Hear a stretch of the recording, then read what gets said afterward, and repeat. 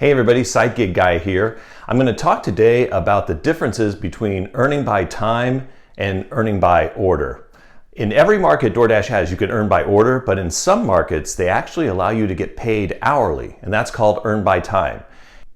If earn by time is available in your market, before you dash, you can see there's a bar that you can slide over to see what your hourly rate is.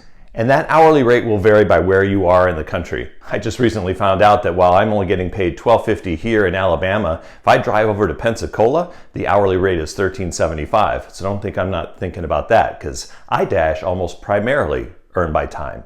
And this video will explain why. Not only why I do it and why it works for me in this area, but areas where maybe you wouldn't want to earn by time, because there are some things to keep in mind.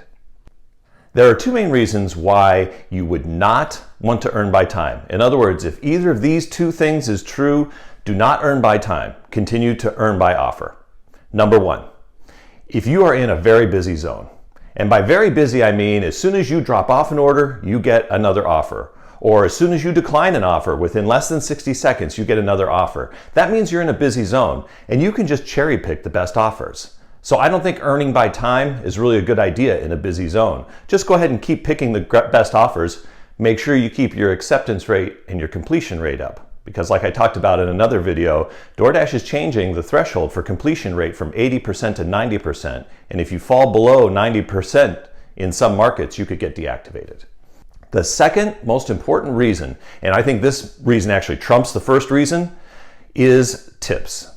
And what you're looking for is the consistency of tips and how much the tips are. For example, if you're in a zone that's really busy, but half the people don't tip, well, you definitely don't want to do earn by time, because when you do earn by time, you have zero visibility into what the offer is going to pay you. You know how much you're going to get paid per hour, but you have no idea what the customer is going to tip. Now, if your tips are consistent, and by consistent I mean 80 to 90% of the customers will always tip something, then earning by time works, especially if you're in a zone that isn't really busy. Here's what I mean. Let's say you're just in sort of an average zone where maybe you can complete 2 deliveries or 3 deliveries an hour. In that case, you want to try and maximize your earnings if you know that everybody is going to be tipping you. So earning by time works in that scenario, because if you encounter a delay and you have to wait, you're getting paid for all of that time that you're spent waiting, plus you get the customer tip, 100% of the customer tip when you drop off. In this next segment, you're going to see some offers that I took where I was paid by the offer, but you can also actually see that it would have been more money if I would have done earn by time. Let me show you the differences while you're dashing with earn by time. First and foremost, you feel kind of like you're in the dark. You don't really see how much you're going to get paid when you accept the offer. You get an idea of the item count and the name of the restaurant you're picking up and the distance you're going, and you can use some of those things to help make your decision. By the way, if you're earning by time, large order programs look different. Here's a comparison. This is what a large order looks like if you're dashing by time. I really had no idea that this was going to be large order program until I arrived at the store and it said take a picture of your catering bag. Whereas in an earn by offer mode, you can see that I know right up front how much money I'm going to be guaranteed, and that it could actually even be more. And also in the earn by offer it says I'm going to need a catering bag. Something interesting to note on this large order program earn by offer, check out the base pay. Now look how much time I actually spent on this order and what the base pay was. If I'd have gotten paid $12.50 per hour and done earn by time on this one instead of earn by order, look what it changes my base pay to. Remember, the tip stays the same. I get 100% of that tip. So you can see in this example, I would have made more money if I would have been earning by time.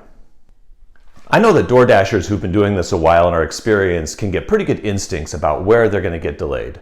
But sometimes things happen and you're not expecting it at all. Here's a great example of a place I got delayed and it ended up being great. I went to this Subway for just a few miles and it ended up taking the store almost 20 minutes to prepare the order because they were just slammed and the DoorDash order was the last thing that they were thinking about.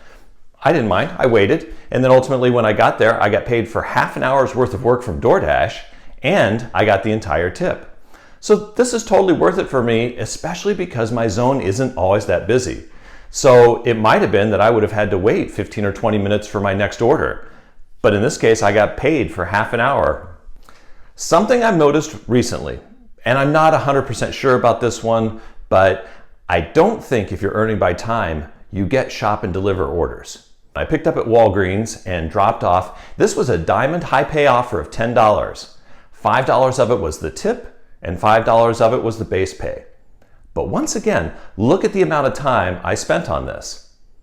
If I'd have been on Earn by Time, I would have made slightly more base pay. I would have made just a little over $10 total with the tip. So maybe DoorDash isn't paying Earn by Time on shop and deliver because they think people might abuse the system and just kind of hang out in the stores. But I'm going to talk about abusing the system for Earn by Time here at the end of the video. So stick around for that, because abusing the system is not a great way to make money. And I'll tell you why. In my opinion, earning by time works absolutely the best. Now, I've already told you when it doesn't work. This is when it works the best. If you can multi-app at the same time you're running DoorDash Earn by Time. Now, this can be tricky because you want to make sure you don't get a contract violation, and you want to serve your customers not only on the DoorDash platform, but on any other platform you're multi-apping with. But let me give you an example of a time that it worked perfectly for me. As you know, I've picked up Shipt recently, and I got a Shipt order that was coming from a Target store that was relatively close to where I live. It's in the same town at least, but it was going to a completely different town, about 15 or 20 miles away, a place called Orange Beach. But that didn't stop me from starting the DoorDash app on the way there, because I knew that I had about 2 hours to shop for this delivery and to deliver it. While I'm on the way to the Target, I got this order. Now, I first looked at it and I said, picking up in Orange Beach, that's where I'm going, but geez, I don't want to have to go all the way to Orange Beach and run a DoorDash and then come back to Foley. But as I looked closer at the offer, I could see that I didn't have to deliver it for over an hour. So I took a chance on this one and I said, I'm going to go ahead and accept it and see how long I have to get to the store.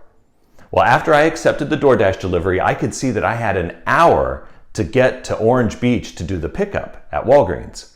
So I said to myself, this is great. I've accepted this order. I'm now being paid hourly by DoorDash. I continued on my way to Target, shopped for the Shipt order, picked up the Shipt order and loaded it into my car, and still had 15 or 20 minutes to spare before I would have been late to the store in Orange Beach. I drove all the way to Orange Beach and still made it early to the pickup. So then I picked up at Walgreens, loaded that into my car, and then I made both deliveries. Both were delivered on time, and I got paid hourly by DoorDash the entire time I was doing a Shipt order. So I got paid twice for the same period of time, almost an hour's worth of work. So multi-apping, if you can make it work, is great, because you can actually hustle with either Uber Eats or Grubhub or Shipt or something like that, and then just sort of leisurely take your time with DoorDash as long as you make it to the restaurant on time and as long as you make it to the customer on time. By the way, when it comes to bad orders, I don't know what it is about, in my zone, Dairy Queen and Burger King, but the royalty just doesn't tip. I had both of those, and they were almost back to back, and they were no tips. So it happens. I just roll with it and just do it. The great thing about Earn by Time is you usually keep up your acceptance rate, and you definitely keep up your completion rate, because things that you would unassign for, you don't need to unassign for and Earn by Time. If the food's not ready, it's no big deal. The last thing I want to talk about for Earn by Time is people who might try and abuse the system. DoorDash does not need to be specific. If in any way they feel, in their feelings, that they can deactivate you for fraud or abuse of the system, they'll just do it. It doesn't matter if they're wrong or right. If they think you're abusing the system, they'll deactivate you. But here's what some people have been doing. They totally do what I just said earlier when they say I get gas or go to the bathroom while I'm on a delivery. But they take it 1, 2, 3, or 4 or 5 steps further. They'll check out at a restaurant and they'll take an hour to pick up the order. That's abuse of the system, especially if you were to leave the restaurant, because the DoorDash app is tracking your location even if you're not active in the app. Probably you could switch your phone into airplane mode or turn your phone off and not have it be tracked. But that's a dangerous mode. I would not do that. Another way you might abuse the system is what I mentioned earlier, multi-apping. And if you do that and you're late because you're too busy multi-apping and you arrive late to the customer or late to the restaurant, you're going to get a contract violation. And too many contract violations could also get you off the platform. For what it's worth, on the earnings that I'm showing you right here, my average tip was $3 and my average base was $4.25, which means my average order of these orders, 15 deliveries I believe, is $7.25. And every one of them was earned by time, so I had no idea what I was getting going into it. I didn't decline any offers that were given to me, and I completed all of them. So I'm still getting $7.25 per run, which is pretty good. So I hope this information that I've given you about earned by time versus earned by order is useful. And when it comes to DoorDash's changes with regards to completion, maybe raising that threshold from 80 to 90% in some markets, I just did a video on that you can find right here. And it's my feelings on what I think about raising that threshold personally and why I believe DoorDash is doing it. Psychic Guy out.